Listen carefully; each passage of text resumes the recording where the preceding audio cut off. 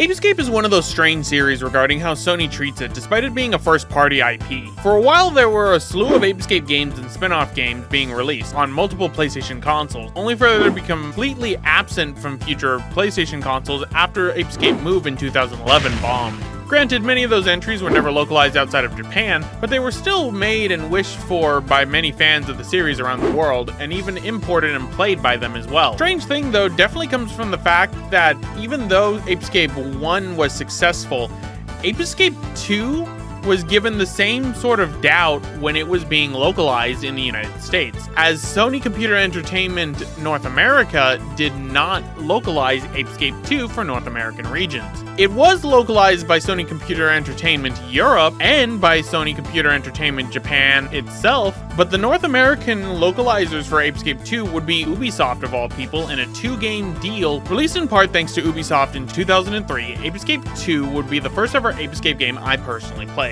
I didn't own a PS2 at the time, and I wouldn't for another 2 years, but as a child, I loved playing Ape Escape 2 at a friend's house when we could. The gadgets seemed fun and the gameplay was right up my alley after being exposed to games such as Spyro the Dragon on the PlayStation 1. What fascinated my childhood self about Ape Escape 2 wasn't collecting the apes, but that they would fight back and were more of a challenge to get than, say, the gems or Jiggies in Banjo-Kazooie and Spyro respectively. Flash forward, and after my playthrough of Ape Escape 1 was relatively successful, I would play Ape Escape 2 on my channel in 2013. And Ape Escape 2 would go on to become one of my biggest playthroughs of my entire Let's Play career. How do I feel about Ape Escape 2 now that I'm older, and that I've played the rest of the series arguably way too much? Does the game still hold up, or am I going through the motions when I play this game just to get to the next game in the series? Let's find out first by going through the story of Ape Escape 2.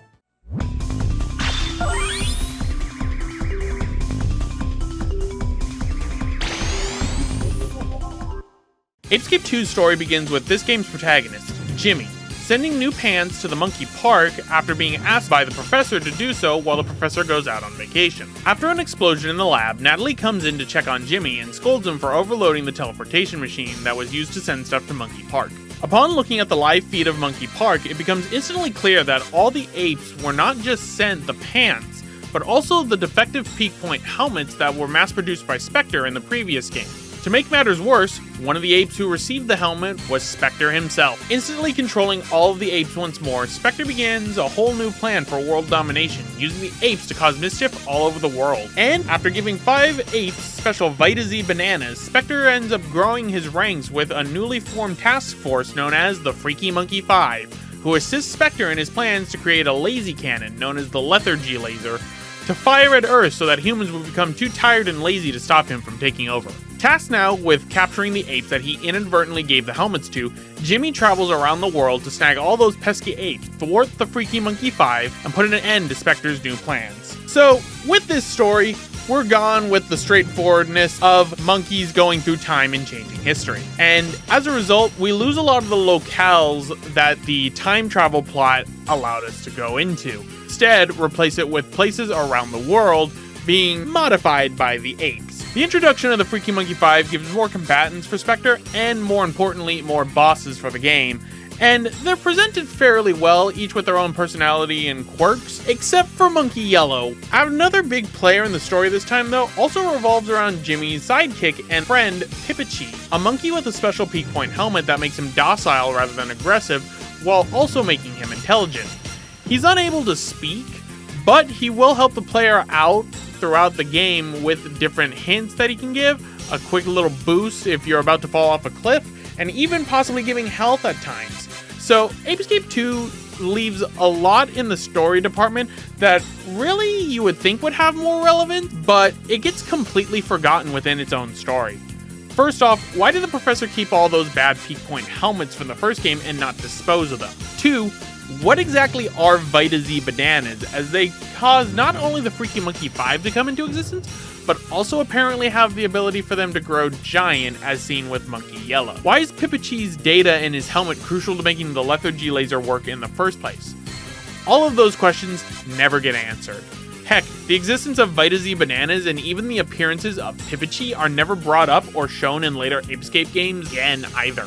The story overall raises more questions for me than anything, and I get that the game is trying to distract the player with the whole, wow, look at all these zany locations and monkeys to catch, so that we don't pay attention, but when compared to the first Ape Escape story, I feel that Ape Escape 2's story feels more tacked on than anything else. But while the story leaves me wanting more in kind of a bad way, I can say that the gameplay of Ape Escape 2 more than makes up for what the story lacks.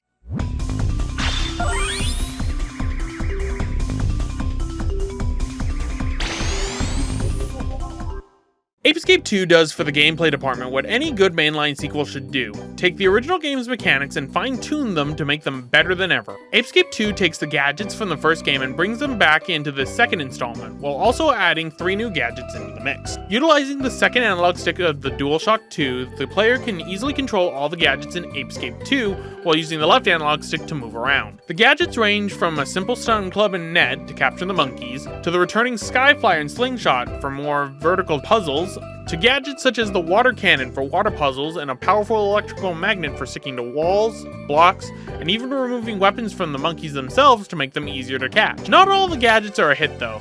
Namely, 2 of the 3 new gadgets are highly situational at best, which is rather a shame. The water cannon, as mentioned earlier, is capable of dealing with fire and water puzzles, but there are few and far in between for those puzzles to actually be used. You can use the water cannon to put out flames on the returning vehicles, but the fact that the vehicles respawn instantly when destroyed makes that usage very limited and very niche. Then there's the Bananarang, a special boomerang that will attract monkeys who are hungry with its smell and allow you to stun them temporarily to catch them. This weapon can also be used to lure out certain monkeys from areas that Jimmy can't easily catch them in.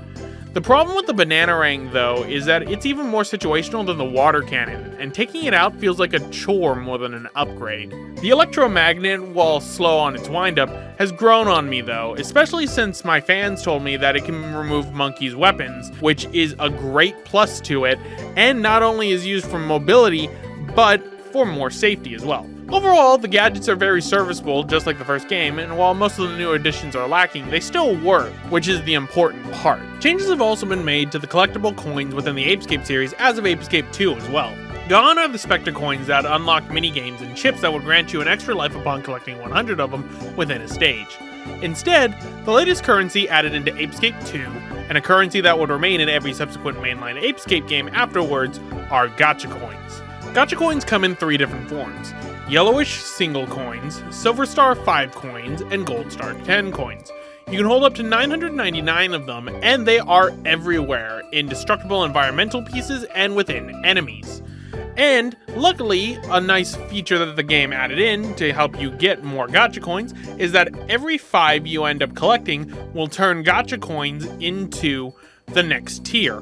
So collect 5 yellow ones, it'll turn into silver, silver will turn into gold, and gold remains the same. So what do you do with all these gacha coins? Well, you go back to the travel station, the new hub world that is of Ape Escape 2, and use them at the gacha box. Upon spending 10 coins at the gacha box, a prize capsule is brought down, and the player will be awarded with a randomized item. Now, there are some items that aren't randomized. For example, once beating the Freaky Monkey 5, certain members will unlock a new minigame immediately at the gacha box. The gacha box is also used to unlock things such as concept art, music, a whole plethora of new collectibles within the game. The second downside is that since gacha coins are currency now, collecting 100 of them does not grant an extra life, and as a way, the only way to really get extra lives is randomly through the gacha box, or rarely from an enemy. Luckily, Ape Escape 2 also made some quality of life choices to make it that losing lives is a little bit more difficult. For example, for one, enemies drop cookies more frequently, even though they have taken out the cookie jars of the original games. 2, cookies now work in this way. They have half a cookie will be taken away upon getting hit, with certain monkeys taking away 1 full cookie, and bottomless pits only taking away half a cookie. Now, one aspect I didn't talk about in the previous Ape Escape 1 review was the inclusion of time trials to allow the player to replay stages and score either a bronze, silver, or gold ranking upon catching a certain number of monkeys within a time limit. Like in Ape Escape 1, Ape Escape 2 has a time trial mode that allows the player to replay bosses and stages, albeit with a time limit if they want a certain rank. Getting all gold ranks is the only way to get 100% on a save file. However, completing Ape Escape 2's main story does unlock a new game plus mode that is actually a rather interesting one, in that the player is allowed to play as Spike once more, and he has all the gadgets from the game already, and most importantly, it gives him the time net from the first game, which actually has a larger catch radius than the regular monkey net of Ape Escape 2. Overall, if you liked Ape Escape 1's gameplay, then you'll like Ape Escape 2's gameplay, which is just more refined and more fluid to control. Quality of life updates such as the health mechanics and the addition of the backswing for the net actually becomes really nice to have. While I find the gameplay to be rather sound, and it makes up for a lot in the lacking story, I can't say the same though for every aspect when it comes to sound design in Ape Escape 2.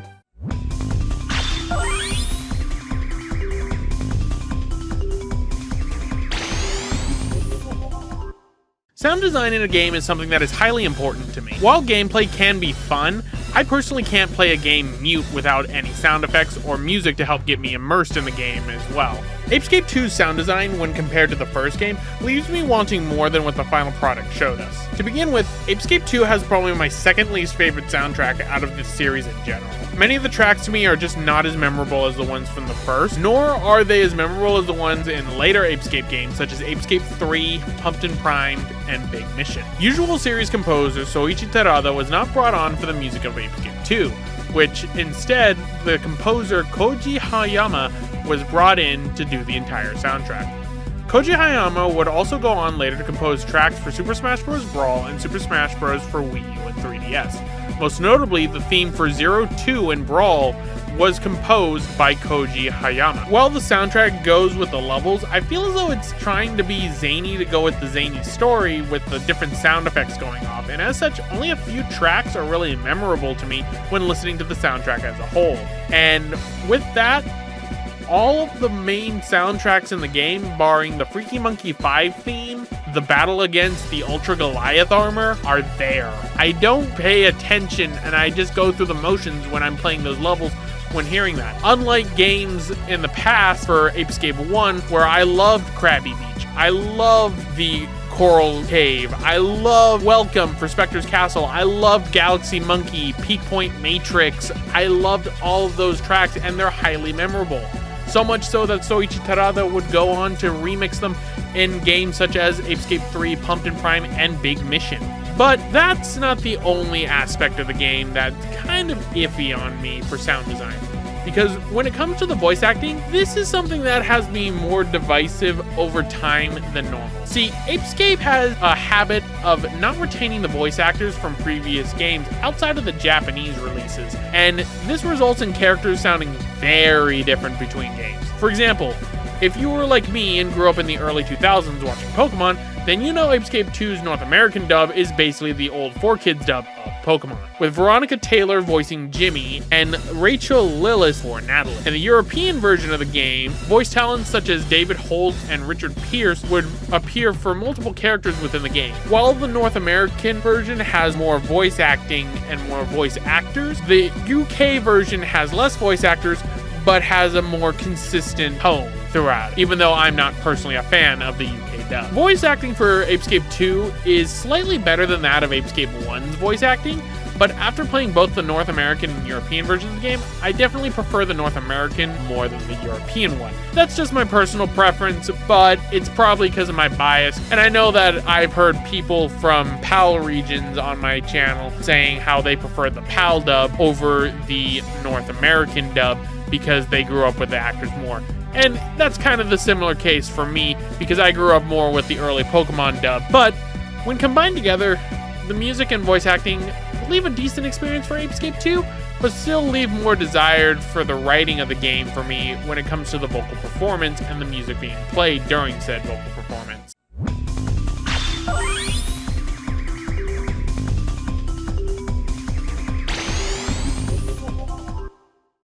Ape Escape 2 remains a game that holds up to me in the gameplay department, but other than that, in all other aspects, the game kind of falls flat for me. It's fun to play for sure, and for many, that's all that really matters. So if the game excels at one thing, at least it excels in the one thing it does well with confidence. For me personally, Ape Escape 2 remains a game that I go back to once every couple of years, but that's really it, maybe every 3 to 4. And it's in this weird ground for me since it was my first ever Ape Escape game that I played, but after playing the rest of the series for so long and so often, it feels as though it is one of the weaker entries to be sure. There is a PS4 HD port of Ape Escape 2 that goes on sale often with a 60 frames per second and 1080p resolution support, but in North American regions, it is the UK PAL dub, with no way of changing the dubbing, which is kind of a shame. You'd think that in 2016, when this was released, they would have added an option to change between the different languages, since the game has subtitle options as well.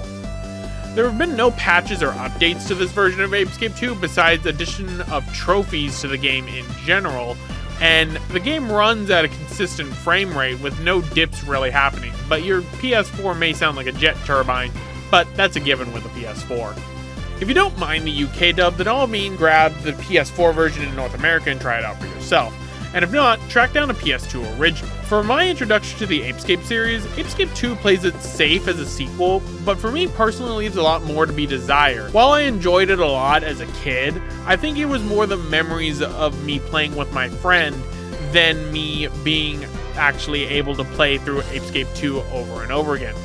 But it's still a game I believe that people should experience and track down if possible. Even though it's the only game that's really been released for Ape Escape since 2011, thanks to the 2016 port, maybe one day we'll get Ape Escape 2, a full-on HD remaster. But anyway guys, I'm gonna end it off right here. This has been Neronium, and I thank you all for watching my review of Ape Escape 2. See you all next time.